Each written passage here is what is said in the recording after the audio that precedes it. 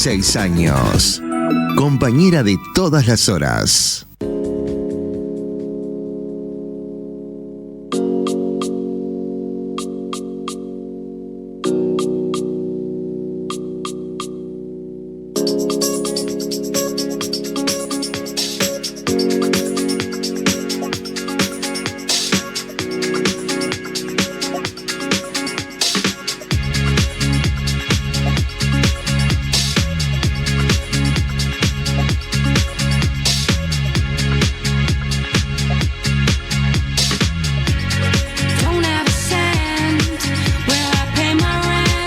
Mañana 13 minutos en este punto de encuentro, momento de la entrevista central.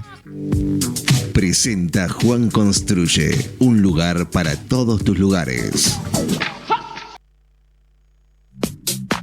Es economista con máster de la London School of Economics. Un gusto estar con ustedes esta mañana. Es socio de Exante. En Exante siempre tratamos de estar atentos a los asuntos que son importantes para la agenda de políticas públicas y una sucesión de cierres de empresas en el sector manufacturero de alguna manera levantaron la atención sobre el desempeño de la industria. Es asesor económico de numerosas empresas nacionales y multinacionales. Uruguay, no tiene una base industrial potente, no somos una gran potencia industrial. De todas maneras, la producción industrial representa un 10% del Producto Interno Bruto. En el sector industrial hay unas 20.000 empresas. En Uruguay hay unas 200.000 empresas. La mayoría de las empresas son pequeñas y microempresas. Hoy, en la entrevista central de Punto de Encuentro. Pero tenemos a su vez unas 1.000 empresas medianas y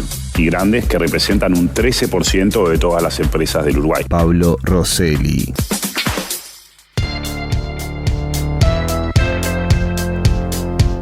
Muy bienvenido, Rosselli, gracias por estar aquí con nosotros. Buenos días, un placer estar con ustedes. Estábamos conversando antes de salir al aire sobre el nuevo escenario, ¿no?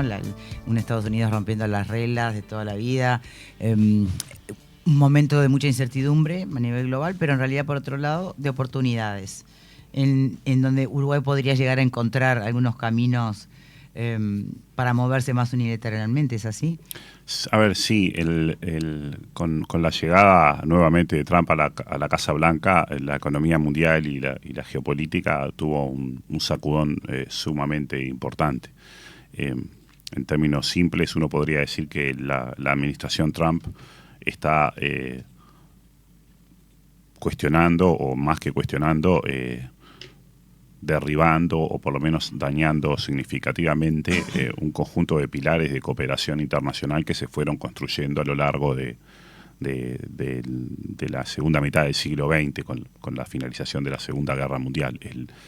Hay un fuerte cuestionamiento a la cooperación y al multilateralismo en la agenda de Estados Unidos. No quiero entrar sobre los objetivos que persigue o que no persigue Trump. Ese es un punto de mucho debate que se lo podemos dejar a los especialistas, pero en términos de lo que es la agenda de la economía global, la estrategia, la política comercial de Estados Unidos ha echado por tierra lo que eran los pilares de la OMC, con la cláusula de la nación más favorecida, que esencialmente establece que los países tienen que darle un tratamiento, y que cada país tiene que darle a todos los demás países, miembros de la OMC, un tratamiento igualitario, y que la única excepción aceptable es cuando se otorgan preferencias de acceso a los mercados en el marco de acuerdos de libre comercio o de acuerdos comerciales realmente profundos. Eso con la llegada de Trump cambió radicalmente. Estados Unidos tiene aranceles distintos para distintos grupos de países, para distintos tipos de bienes, tiene aranceles más altos que los que tenía autorizados y acordados en la OMC, y los maneja con enorme discrecionalidad y los condiciona a elementos económicos, a elementos políticos. Eso en el largo plazo, si todo el mundo avanza en esa dirección, el comercio mundial se va a ver notoriamente afectado, y sabemos los economistas que eso es malo para el desarrollo económico, y es particularmente malo para los países que todavía no alcanzaron niveles altos de desarrollo económico y que son pequeños, porque los países pequeños requieren del comercio mundial. Dicho todo eso, aparecen algunas oportunidades. En estos días Uruguay está se supo que Uruguay va a entrar en negociaciones formales para adherir al acuerdo del Transpacífico, el nombre más largo, pero llamémosle el Transpacífico. Eso es una oportunidad muy importante para Uruguay.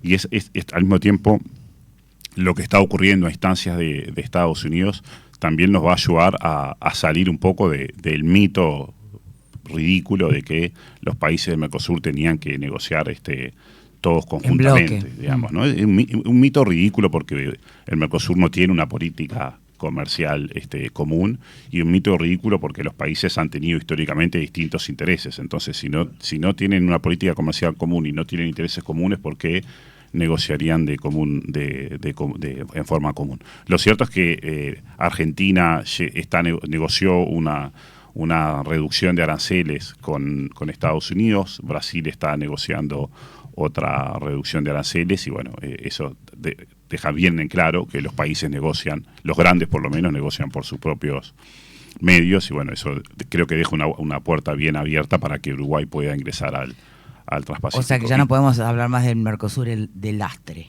¿Sería una excusa más que otra cosa? No me apresuraría tanto, porque lo que ha pasado en todos estos años es que mi opinión es, por un lado, es que a Uruguay le ha faltado una vocación muy decidida de abrirse al mundo y de llegar a acuerdos, pero también se ha encontrado con una oposición férrea de Brasil que, más o menos silenciosamente, pero no en secreto, le ha hecho saber a distintas potencias que no quería que Uruguay negociara con ellas. Se lo hizo saber a China, se lo hizo saber a Japón. Veremos, todo indica que esta vez parecería que por lo menos con el Transpacífico tenemos una chance de avanzar. Lo otro que dicen los expertos de comercio internacional es que cuando los países empiezan a celebrar acuerdos con otros bloques, aparecen incentivos de otros bloques terceros también a negociar. Uruguay siempre es chiquito y por lo tanto no somos atractivos para nadie, pero probablemente si logramos celebrar algunos acuerdos, otros también empiecen a buscarnos para acordar también. Ojalá que sea así. A usted le gusta la palabra disciplina, ¿no? Suele hablar, porque la Sí. mencionó antes de salir al aire, hablando Claro, de adquirir nuevas disciplinas. ¿Para qué sirven estos acuerdos? Pacífico. Estos acuerdos sirven para mejorar nuestro acceso al mercado, a mercados, que es de lo que siempre hablamos. Hablamos menos de que estos acuerdos sirven para atraer inversiones. ¿Inversiones de qué orígenes? De los mismos países con los que celebramos los acuerdos. Si mejoramos nuestras condiciones de acceso a algunos mercados, es razonable esperar que recibamos algunas inversiones de empresas de esos países que vengan a explotar algunas ventajas competitivas de Uruguay acá para volver a exportar esos productos a sus propios mercados, donde ya tienen clientes, donde ya tienen los canales. Y después, para lo otro que sirven estos acuerdos es para incorporar mejores disciplinas o mejores regulaciones dentro de nuestra propia economía, que las podríamos hacer por motu propio, pero hablábamos fuera de micrófonos que lo que sucede a veces es que mejorar regulaciones trae beneficios de largo plazo que no son muy visibles y pone en duda o cuestiona intereses de grupos que se oponen a esos cambios regulatorios. Llámese una reducción unilateral de aranceles, llámese desregulaciones para facilitar las importaciones, ese tipo de cambios regulatorios o de introducción de más competencia en algunos mercados donde la competencia es restringida de alguna manera. Esos cambios regulatorios deberían ser buenos y deberíamos hacerlos, pero suelen encontrar oposición interna. Cuando aparece un acuerdo, aparecen dos cosas más. Un beneficio más percibible de que estamos haciendo esto porque estamos accediendo a nuevos mercados, y una obligación de hacerlo, porque para poder acceder a esos mercados hay que incorporar esas disciplinas. Un ejemplo bien claro de eso fue todo el tiempo que demoró Uruguay en adherirse al Tratado Internacional de Protección de Patentes. Una adhesión que realmente no tenía costos significativos para Uruguay, pero que algunos grupos pequeños preferían en su propio interés que Uruguay no aprobara ese tratado. Esa era una condición de las muchas que hay que tener para ingresar, por ejemplo, al Transpacífico, y bueno, Uruguay ya esa la procesó. Y ahí eso es parte también de esas regulaciones y demás que mencionabas, es parte también de lo que hace Uruguay un país caro, que lo percibamos como un país caro. este tipo de acuerdos puede facilitar justamente eso, que Uruguay no sea tan caro para nosotros, para los uruguayos. Sí, claro. la apertura de la economía y una mejor regulación son dos elementos claves para que Uruguay sea más competitivo. Uruguay siempre va a ser caro porque tiene ya un nivel de ingreso per cápita relativamente alto, digamos, no somos un país rico, pero estamos lejos de ser un país pobre o de ingreso medio, entonces nuestros salarios van a ser altos. Lo que nosotros necesitamos es tener más productividad, podemos hablar de eso, Sí. y tener más competencia en los mercados. Para tener más competencia en los mercados hay que tener una economía más abierta al mundo. Somos un país de 3,5 millones de habitantes y ahora podemos hablar de la demografía. Nuestros mercados internos son pequeños. La noción de que hay que proteger un mercado interno para que las empresas se vuelvan competitivas y puedan exportar, es una noción que tiene ya muchas décadas probadamente falsa. 3,5 millones de habitantes, es un mercado absolutamente pequeño. Si una empresa no logra exportar, no va a ser competitiva vendiendo en el mercado interno. Entonces precisamos tener una economía más abierta, precisamos mejores regulaciones. Y yo enfatizo que es mejores regulaciones, porque si usamos la palabra desregular, es como un exceso de liberalismo, pero como de malentendido. La ciencia económica evolucionó un montón en las últimas décadas y sabemos que hay mercados que fallan y que hay que regularlos bien. Sabemos que hay mercados que fallan, pero no es muy importante la falla y entonces no hace falta regularlos mucho. Y hay un montón de mercados que funcionan bien y que deberíamos dejarlo trabajar mejor. Uruguay tiene aranceles muy altos a las importaciones de bienes de consumo, 18% de arancel, 5% de tasa consular. Para algunos productos que Uruguay no produce, bienes de consumo tienen aranceles más altos, 35%, creo, para calzados, por ejemplo. Uruguay recauda como 800 millones de dólares en la frontera, y eso es muy mal. Uruguay debería recaudar muy poquito con aranceles. Obviamente que tenemos un problema que es de dónde sacamos fondos alternativos. Podemos hablar de eso. Necesitamos tener mucho más competencia. La cantidad de controles que hacemos a las importaciones reduce la competencia y hacemos un montón de controles a las importaciones que no tienen mucho sentido. Uruguay debería adoptar medidas que asuman que las autorizaciones desde algunos orígenes son suficientemente buenas. ¿Y de dónde sacamos ese dinero que vos decís que tenemos que dejar de recaudar en la frontera? Porque pero hay que financiar el Estado. Déjame terminar este concepto. Uruguay debería asumir que una cantidad muy importante de productos, si circulan dentro de Estados Unidos, si circulan dentro de Europa, si son exportados al mundo por China, no deberíamos ponerle la lupa. No deberían tener controles. Los controles deberían ser mucho más por excepción, ¿no? Ahora aparecen cosas como... Se mejoró eso igual ahora. Digamos, del 1 al 10 le pondría que pasamos de 1 a 2, digamos. Bueno. No mejoró mucho. Le voy a poner Retiro lo dicho. Le voy a poner un ejemplo tonto. Juguetes, importaciones de juguetes, las controla Erlatu. Temu, estamos comprando un montón de cosas por Temu. Las importaciones de juguetes por Temu son un 20% de las importaciones totales de juguetes, pero estamos comparando un precio CIF con el precio puesto en la casa del cliente. Si lo contamos en unidades, probablemente esto ya debe estar bastante más cerca de mitad y mitad. No se queden con el mitad y mitad, pero digamos, bastante más cerca. Entonces, ¿cómo es esto de que tenemos pila de controles para juguetes que importa una empresa que quiere vender juguetes? Y obviamente no podemos hacer controles para el comercio electrónico, que estoy lejísimo de decir que hay que frenarlo. El comercio electrónico vino para quedarse y es parte de la competencia y demás. Pero tenemos que asegurarnos de que haya normas que tengan sentido, tenemos que asegurarnos de que haya normas que no castiguen a las empresas que se quieren instalar en Uruguay. Entonces necesitamos tener mucho más regulación, que en muchísimos casos es desregular y en otros casos es regular con más inteligencia. En muchos casos es dejar de pretender que el Estado mire todo. Hace un tiempo me enteré que, no sé, que para importar lámparas de bajo consumo hay que homologarlas y no sé cuántas cosas, y uno dice, ¿para qué? Si el consumidor la compra y no anda, dejará de comprarla y se terminó. Entonces tenemos montones de cosas para mejorar para hacernos más competitivos. Más competencia en los sectores no transables. Uruguay, por ejemplo, en Uruguay poner una estación de servicio hay que pedir autorización. La competencia está restringida. ¿Por qué debería estar restringida la competencia para vender combustibles? Pongo un ejemplo y sí, puedo seguir pensando y seguro hay uno en cada rincón.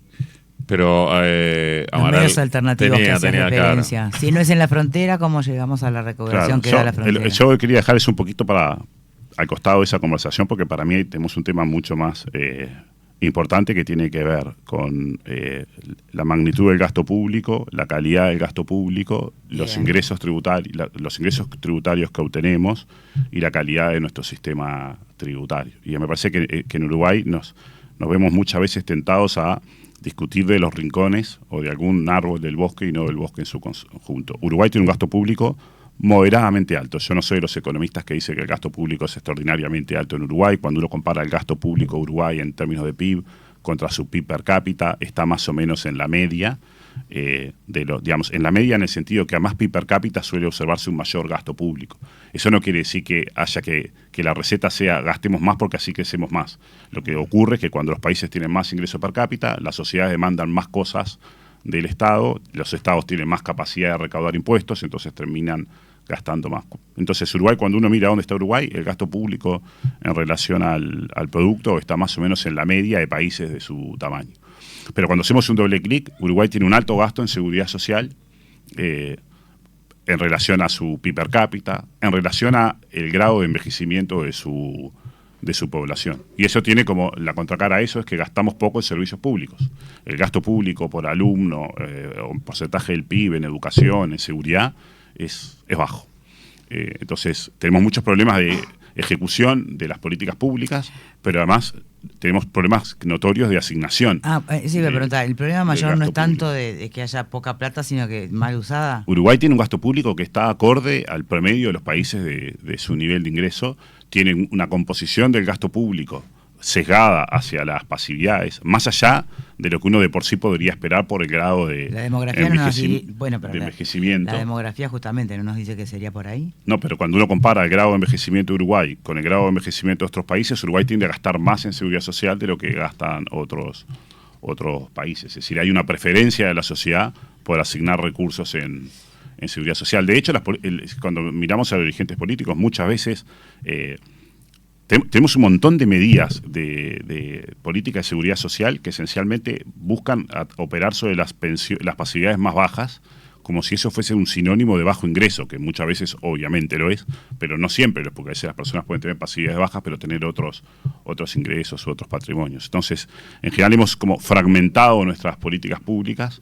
y hemos fragmentado las políticas asociadas a las pasividades. Eso ha hecho que el sistema tiende a gastar más de lo que en otros países se gasta en seguridad social, gastamos menos en otras cosas. Tenemos problemas de diseño y de ejecución de nuestras políticas públicas. Entonces, del sistema tributario, ¿está bien diseñado? Porque recién mencionaste el concepto de la fragmentación. Bueno, lo ato con el 1% del uno más rico. Y ahora ¿el patrimonio es el criterio? Y ahora voy para ahí. Digamos, gasto público, mala asignación del gasto, mala ejecución de ese gasto, fragmentación de políticas públicas. Creo que esa es una parte importante. Uno de esta altura debería decir, no es obvio que para resolver problemas tengamos que gastar más, y con esto no estoy diciendo que no podamos gastar un poco más para resolver alguna cosa, digamos, ¿no? Ahora está la discusión de si hay que gastar más para atacar la pobreza infantil, sí. Digamos.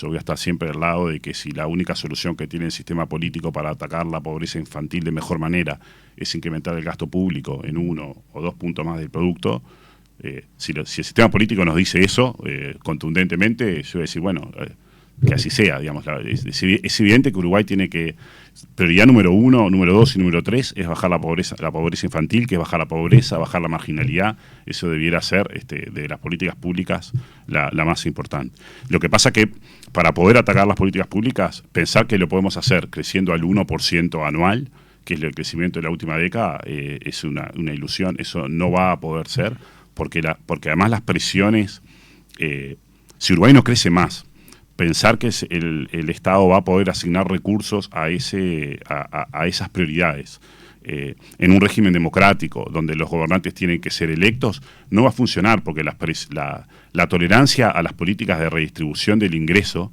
en la democracia son limitadas. Las personas... Y poco simpáticas, además, cuando se aplican. La tolerancia es limitada. Los votantes, algunos apoyan políticas más redistributivas, otros apoyan menos políticas más redistributivas. Uno podría ir de esto rápidamente, decir eje izquierda-derecha. En la izquierda hay más favorabilidad a políticas redistributivas, ya sean de gasto o sean de tributarias. Si miramos más a la derecha, hay menos tolerancia, y después hay otra perspectiva. Pero ¿cómo se financian? Supone subir impuestos, y ahí no hay izquierda-derecha. Y en general uno podría decir, en la población que se vuelca más a la izquierda, en general hay más tolerancia política a aceptar más presión tributaria o más gasto público, del lado de la derecha menos, pero después hay otra perspectiva que tiene que ver con la tolerancia de los electores, que es mucho más fácil decir que alguien que gana más pague más, si la definición de gana más me deja arriba, ¿no? Digamos, que alguien que gana más que yo pague más es distinto que alguien que gana como yo pague más. Y ahí choca el sistema político, choca permanentemente con eso. Alcanza con ver cómo la pérdida de popularidad que en su momento sufrió el contador Danilo Astori, siendo ministro y habiendo promovido la reforma tributaria que promovió, que en mi opinión fue una muy buena reforma tributaria hace 20 años atrás. Entonces, digamos, no podemos discutir este tipo de cosas sin reconocer que tenemos un problema serio de calidad de gasto público, que tenemos un problema serio de falta de crecimiento de la economía, y que el crecimiento de la economía es un elemento fundamental para crear más riqueza, porque, digamos, necesitamos crear más riqueza, pero también es fundamental el crecimiento de la economía para que la sociedad para que los electores toleren políticas más redistributivas. Políticas más redistributivas en escenarios de alto crecimiento económico son mucho más digeribles para los actores, digamos, que terminan pagando más impuestos. ¿Te puedo pedir un ejemplo concreto? Es que pongo el ejemplo del IRPF en 2007, digamos, obviamente cuando se impuso el IRPF en el 2007 hubo un montón de electores que se vieron afectados. Alguien dijo que acabaron con la clase media. Hubo electores que probablemente eran de Frente Amplio y que se vieron afectados, eventualmente poco satisfechos, pero la economía crecía 4 o 5% anual. Entonces, si uno piensa cuál es la tasa media del impuesto a la renta de las personas físicas, debe ser 8 o 10%, en 2 años entre los que pagan el impuesto, entonces 10-12% como medio. Obviamente hay personas que pagan mucho más, pero en un contexto de mucho crecimiento económico, el propio crecimiento económico hace relativamente fácil absorber el impacto de un incremento de impuestos. Cuando la economía no crece, eso no hay cómo taparlo, cómo disimular. No hay cómo taparlo, ¿no? Entonces, yo creo que no discutir en Uruguay, que Uruguay tiene que crecer más para crear más riqueza, sería un error. No entender que además el crecimiento económico, más crecimiento económico es necesario para hacer viable políticas más redistributivas, también sería. ¿Y por dónde se empieza? Y ahora, cuando miramos el sistema tributario, en Uruguay tenemos un sistema tributario que su última reforma fue en el 2007 y que probablemente tiene un montón de cosas para mejorar. Lo que pasa es que ahí también tenemos que encontrar un entorno político propicio para mejorar nuestro sistema tributario. Si Uruguay, efectivamente, si se firma el acuerdo Unión Europea-Mercosur y ingresamos al Transpacífico, estos 800 millones de dólares, que son 0,8, 0,9 puntos del PBI, que estamos cobrando en la frontera, rápidamente va a perder capacidad contributiva, porque vamos a reducir esos aranceles. Recaudamos IMESI a los combustibles. La venta de combustibles va a empezar a declinar, no sé qué tan pronto, pero no demasiado lejos en el tiempo, producto de la incorporación de los autos eléctricos. Grabamos con IMESI las importaciones de automóviles, pero tenemos incentivos tributarios para los automóviles eléctricos. En poco tiempo se van a vender más autos eléctricos que a combustible. Entonces, tenemos un montón de lugares de nuestro sistema tributario que probablemente merecen una revisión general. Pero ¿por qué digo que no hay un entorno político adecuado? Porque modificar el sistema tributario, aún para recaudar lo mismo, no para recaudar más. Saquémonos la discusión de si hay que recaudar más y gastar más o no. Aún para recaudar lo mismo, modificar el sistema tributario va a implicar que algún impuesto suba, que algún impuesto baje. Y eso, desde el punto de vista político, el impuesto que suba, alguien dirá, estamos subiendo los impuestos, claro, y el que bajen, alguien se va a olvidar. Pero además porque tenemos impuestos que la gente no ve. Estos 800 millones de dólares que cobramos en la frontera, ninguno de nosotros lo ve. Si alguien con sano juicio dijera, voy a poner un ejemplo, no digo que esta sea mi recomendación, saquemos estos impuestos, los aranceles, que son impuestos al consumo, saquémoslos, eliminémoslos y pongamos algún punto más de IVA. Hagamos la cuenta, digamos, ¿no? Y que dé lo mismo. El IVA se ve. Los consumidores van a decir... Te van a protestar mucho más. Estoy pagando IVA. Entonces, yo creo que toda esta discusión del sistema tributario, el sistema político primero tiene que asumir que no podemos pasar 10, 20 años más sin modificaciones en nuestro sistema tributario. Hay cosas que van a requerir ajustes. Y lo segundo, tenemos que construir un espacio de conversación donde sea viable para los actores políticos eventualmente acordar cambios en ese sistema tributario. Eso puede venir de la mano de modificar el IVA, de tener una tasa de IVA única. El personalizarlo tiene ciertos grados de complejidad dependiendo de lo que estemos hablando, pero razonablemente uno podría pensar en una tasa de IVA más baja que 22, pero sacando todo lo que tiene el 10, con un crédito fiscal y una transferencia mayor a los hogares de menores ingresos. Pero una reforma de ese tipo es una reforma que sería progresiva desde el punto de vista de la distribución del ingreso, porque mejoraría los ingresos de los sectores más bajos, del primer quintil, del segundo quintil, haría pagar más a los otros quintiles. Vuelvo al tema de la tolerancia de los electores, que en una democracia la tolerancia de los electores es fundamental. Nosotros no le podemos pedir a nuestros políticos que tomen medidas que eventualmente nos parecen que están bien. Si fuera el caso, Pablo Rosselli podría decir, me parece que está bien tener una tasa única de IVA y asegurarnos de que el impacto no sea regresivo en los hogares de menores ingresos, pero no le podemos pedir a los políticos implementen políticas que están bien, pero que conducen a perder elecciones. Si queremos tener una democracia, necesitamos que haya acuerdos y políticas que logren concitar la aprobación de la población. Nada peor que entrar en un esquema donde la población está siempre enojada con el partido político que está en el gobierno y que cuando cambia la orientación del partido político del gobierno, podría pasar la población una pregunta por sigue el otro estando lado. enojada. Si lo que estamos esperando es no ser impopular, creo que al contrario, muchos están reclamando o pidiendo a gritos un gobernante que no le preocupe la popularidad, que no le preocupe perder votos, pero que tome las decisiones que el país necesita. A ver, es interesante ese punto. Yo entiendo tu punto y tendría como un matiz. Yo creo que lo que estamos precisando es dirigentes políticos con más vocación de liderar que de representar. Los políticos tienen que hacer dos cosas. Tienen que representar las preferencias de la población, y es muy importante que representen la preferencia de la población para una democracia, pero también tienen que liderar en el sentido de persuadir.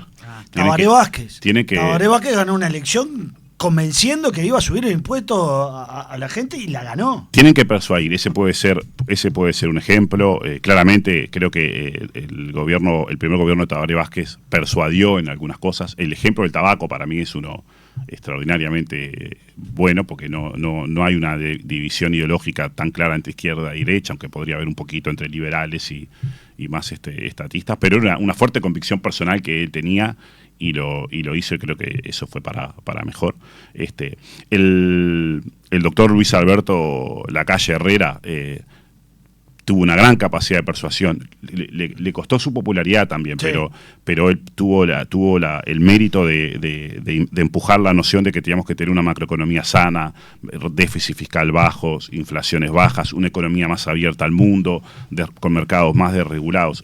Por poner dos ejemplos donde hubo improntas transformadoras muy importantes. Entonces yo creo que sí, en el mundo, las democracias occidentales están sujetas a una tensión cada vez mayor de capacidad de representar y de persuadir. Y es un lugar difícil, porque si por representar bien no hay transformaciones y las democracias no entregan lo que tienen que entregar, entonces las democracias entran en crisis.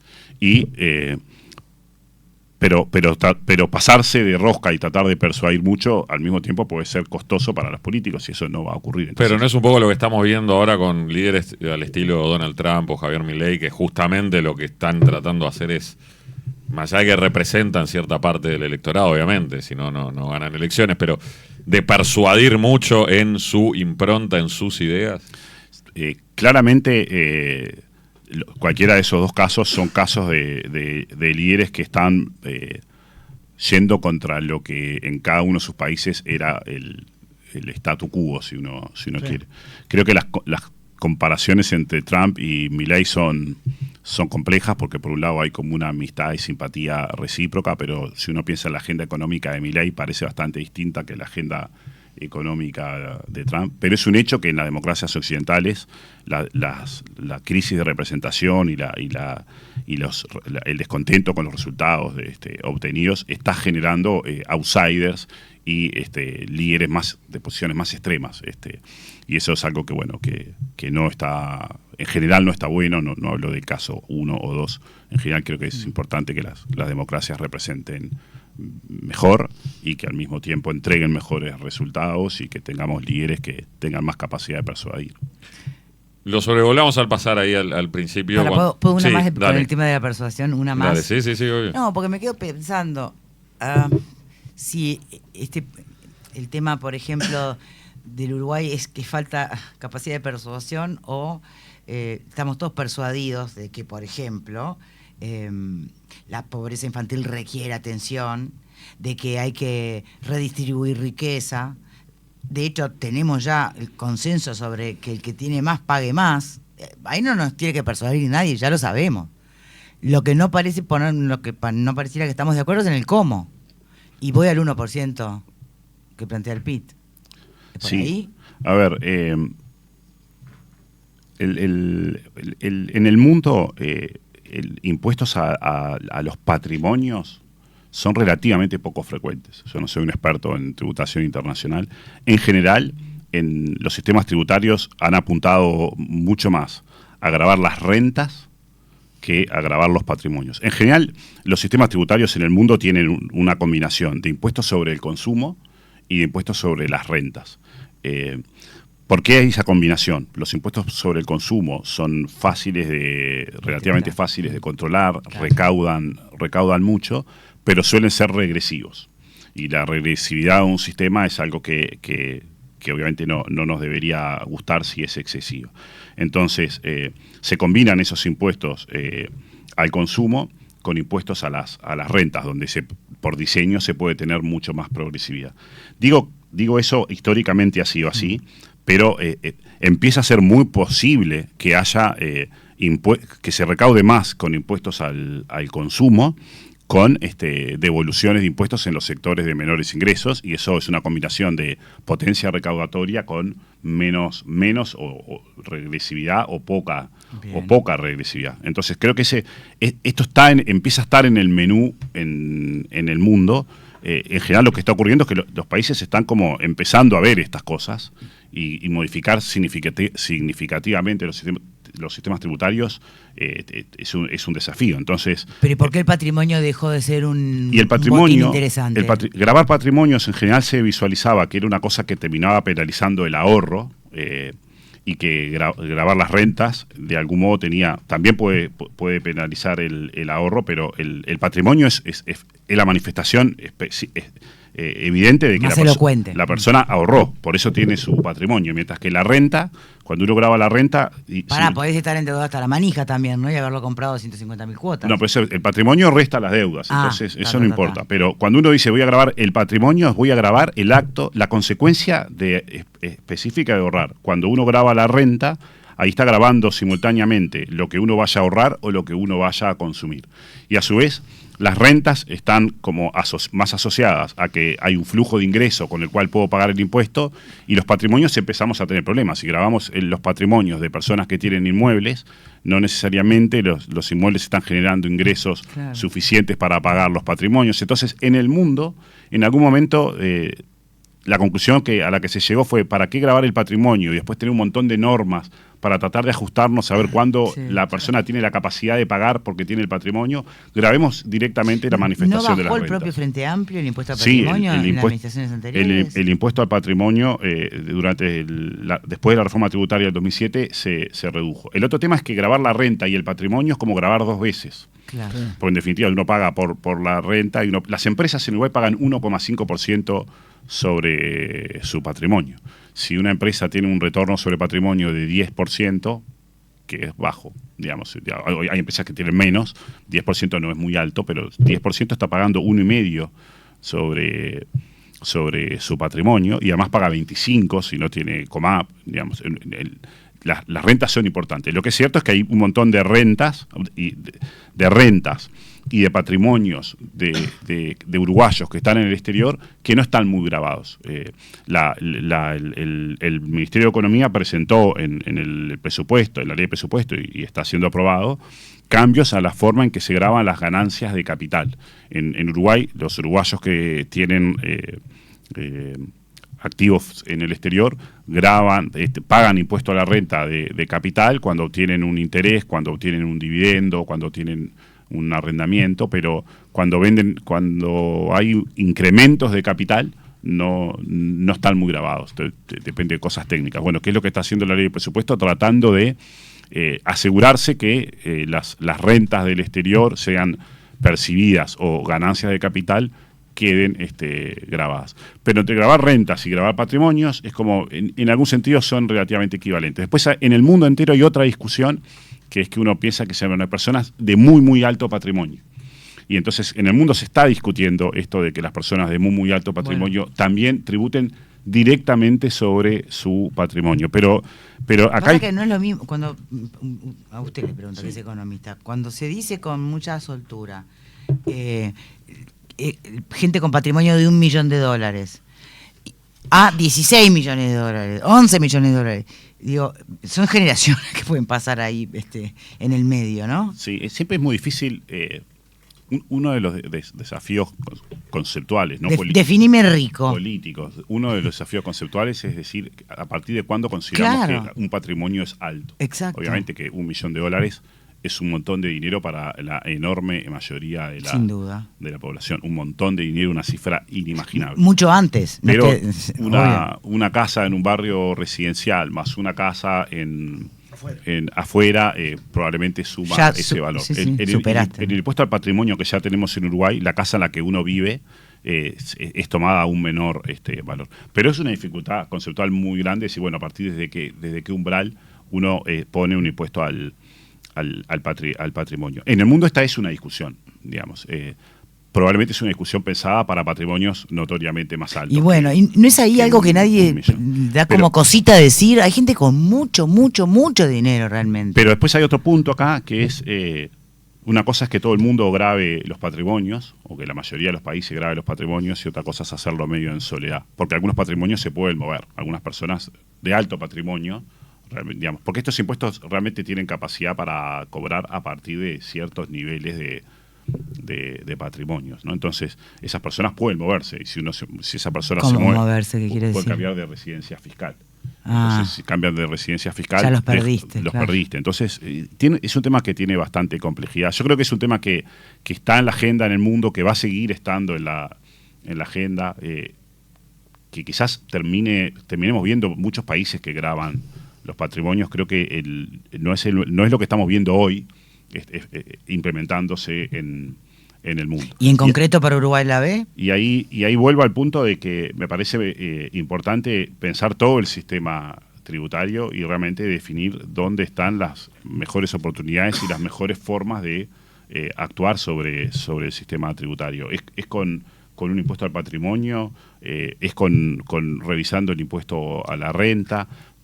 ¿Por qué digo esto? Porque aun cuando establecer un impuesto del 1% a los que tienen patrimonio mayor a tanto genere ciertas recaudaciones, que habrá que ver cuánto efectivamente son, también genera otro tipo de señales, porque si hoy es un 1%, ¿por qué mañana no va a ser un 2%? La noción de que como falta dinero para una cosa específica, ponemos un impuesto al patrimonio, y es una noción que tiene sus tiene sus bemoles, porque si hoy es legítimo ponerla en 1% porque falta cosa, mañana podría ser legítimo ponerlo en 2%. Y vuelve al punto de que también grabamos las rentas. Entonces, grabar el patrimonio y grabar las rentas, grabarlas 2 veces. Bueno, y grabar las rentas en un modo excesivo puede generar reducciones en las tasas de ahorro. Entonces, creo que el tema tiene bastante complejidad. No me gustaría. Mire, mantengamos los 800 en la frontera.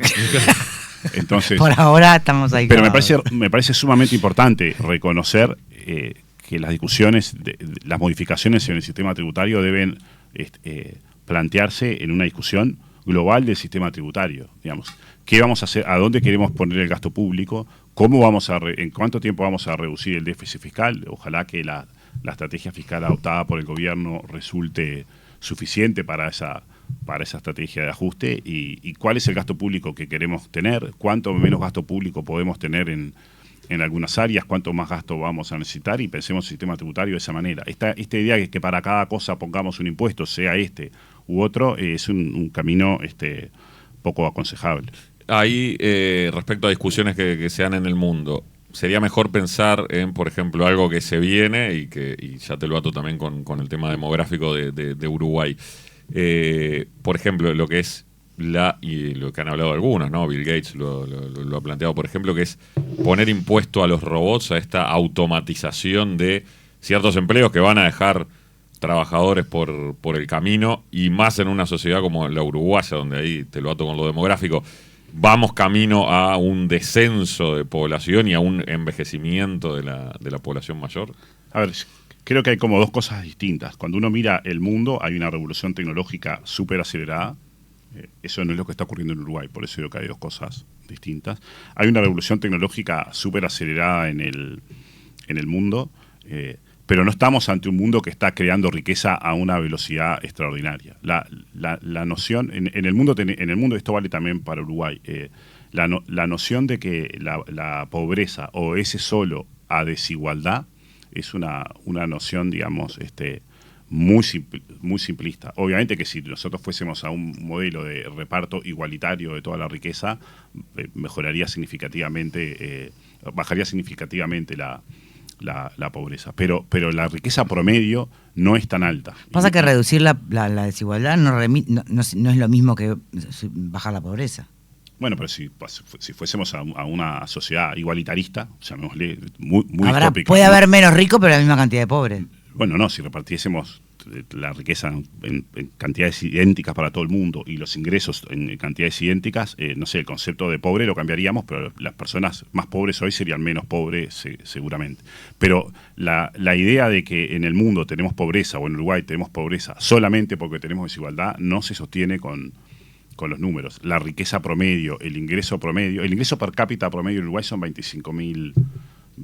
El ingreso per cápita, el PIB per cápita. Digamos, transformemos esto, $25.000 son $2.000 por mes, son 80.000 pesos.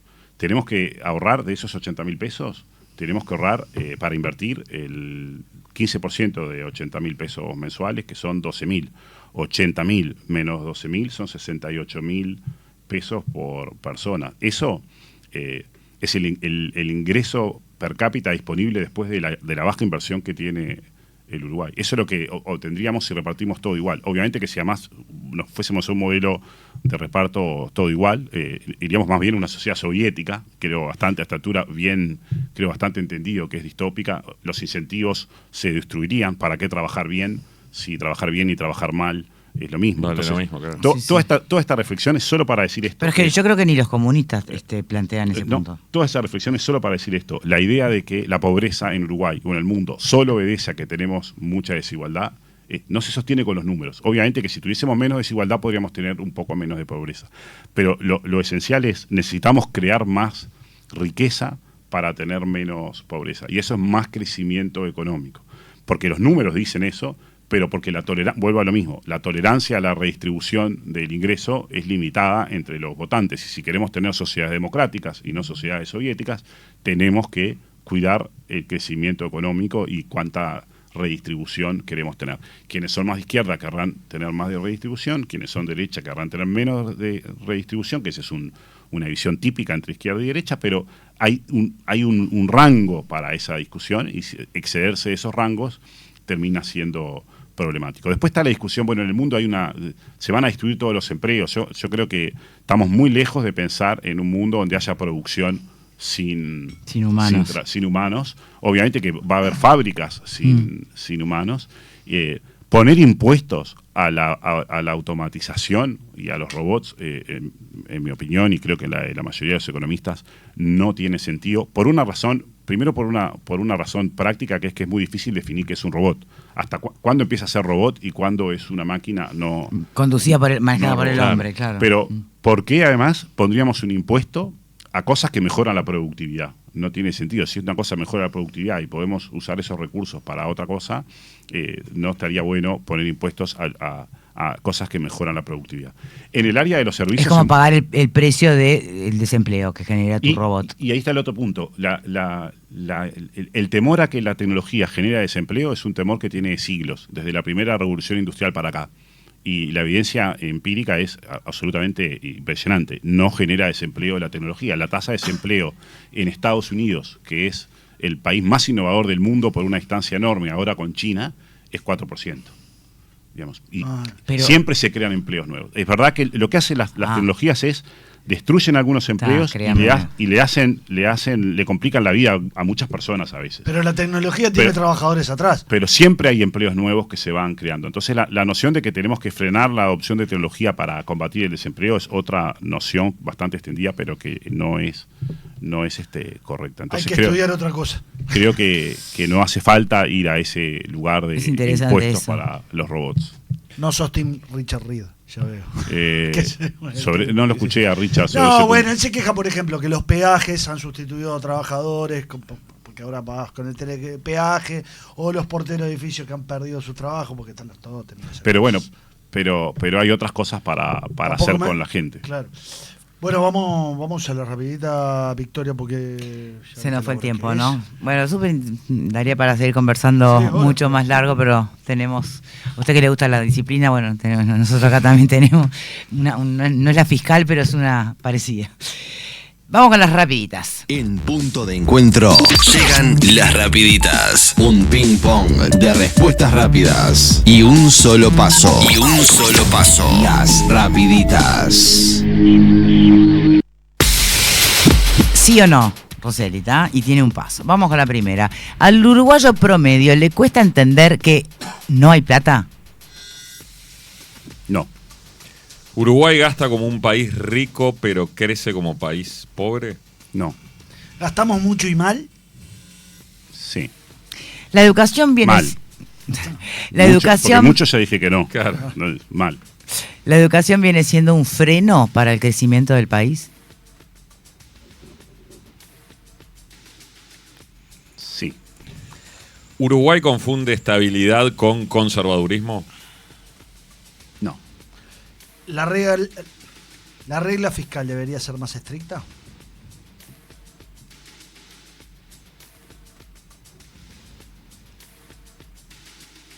No hace falta. El PIT-CNT frenó reformas claves sobre productividad en los últimos 20 años. Me imagino que sí. ¿Productividad en el sector público es un tema tabú? No. ¿Hay que hacer una nueva reforma jubilatoria antes de 2030? No. ¿La economía plateada es viable en Uruguay? Más vale que sí. Bueno, esa es la única que le tomamos toda la respuesta. Bueno, muy bien. Muchísimas gracias, Roseli. Un placer estar. Gracias, Pablo. Vamos a la pausa. Ya venimos. Streets are blue, almond looks, that chill divine, some silken